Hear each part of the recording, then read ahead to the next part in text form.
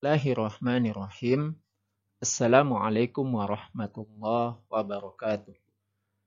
Innal hamdalillah nahmaduhu wa nasta'inu wa nastaghfiruhu wa na'udzu billahi min syururi anfusina wa min sayyiati a'malina. May yahdihillahu fala mudhillalah wa may yudlilhu fala hadiyalah. Asyhadu an la ilaha illallah wahdahu la syarikalah wa asyhadu anna Muhammadan abduhu wa rasuluhu la nabiyya ba'dah. Amma ba'du. Pemirsa channel Ilmu Waris yang dirahmati Allah, alhamdulillah kita bertemu kembali pada pembahasan tentang syarah Rohbiyah fi Ilmil Faraid. Kita akan membahas syarah matan Rohbiyah, sebuah manzuma yang membahas tentang ilmu faraid.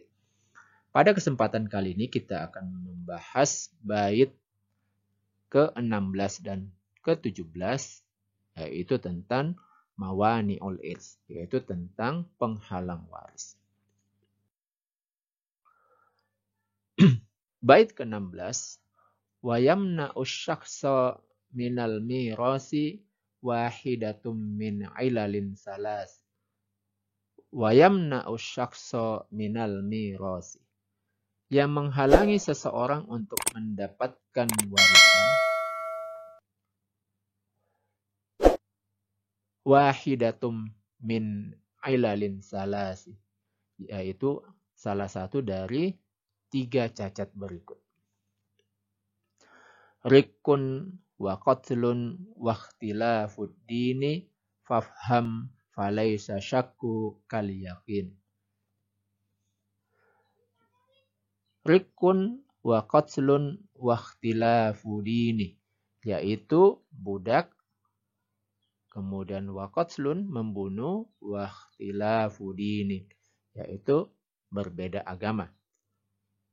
Fafham falaisa syakku kal yakin. Pahamilah karena keraguan itu tidak sama dengan keyakinan. Pada pembahasan ini kita akan membahas tentang apa yang disebut sebagai mani'ul irs, yaitu pencegah dari seseorang mendapatkan harta waris. Yang pertama adalah rikun, yaitu budak. Nah, budak adalah seseorang yang menjadi milik tuannya. Sehingga budak itu tidak mewariskan harta dan juga tidak menjadi ahli waris. Tidak mewariskan harta karena dia sendiri tidak memiliki harta. Jadi semua harta yang dimiliki oleh seorang budak atau hamba sahaya itu juga menjadi milik tuannya. Bahkan dia sendiri adalah harta dari tuannya. Dan dia pun juga tidak menjadi ahli waris. Kenapa? Karena semua harta dari yang dia miliki itu akan menjadi milik tuannya. Ada beberapa jenis budak. Kalau kita membaca di dalam penjelasan daripada syarah ini, beberapa jenis budak, misalnya ada yang disebut sebagai mudabbar, yaitu budak yang dijanjikan akan dimerdekakan bila tuannya meninggal. Nah, ini juga sebelum merdeka, maka dia juga masih tetap berstatus sebagai budak yang tidak mendapatkan harta waris, tercegah dari mendapatkan harta waris. Kemudian ada juga namanya mukatab. Apa itu mukatab? Itu adalah budak yang mengikat perjanjian dengan tuannya untuk memberikannya sejumlah harta. Yang jika harta itu dibayarkan oleh sang budak, maka dia akan bebas. Jadi dia dan keluarganya tidak berhak menerima harta waris karena pada dasarnya mereka tidak memiliki harta sampai dia bebas. Kemudian ada namanya ummul walad. Ummul walad adalah budak perempuan yang digauli oleh tuannya dan mengandung anaknya.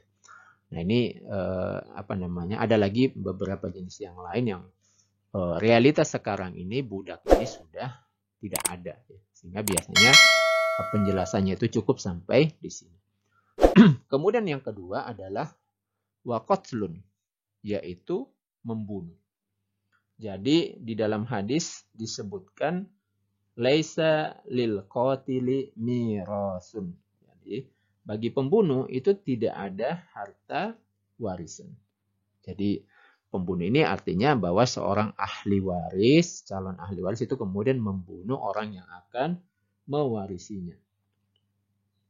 Disebutkan dalam hadis yang lain disebutkan la yarisul qatilu syai'an. Ya. Jadi seorang pembunuh itu tidak mewarisi apa-apa dari orang yang dia bunuh. Kemudian berikutnya yang menjadi mani'ul irs itu adalah ikhtilafuddin, yaitu terjadinya perbedaan agama di antara orang yang mewarisi dengan ahli warisnya. Baik karena memang sejak awal itu berbeda agama ataupun karena murtad. Di dalam hadis yang diriwayatkan oleh Imam Muslim disebutkan la yarisul muslimul kafirah walal kafirul muslimah. Jadi la yarisul muslimul kafirah, seorang muslim tidak berhak mewarisi orang kafir. Demikian juga orang kafir tidak berhak mewarisi seorang muslim. Nah, inilah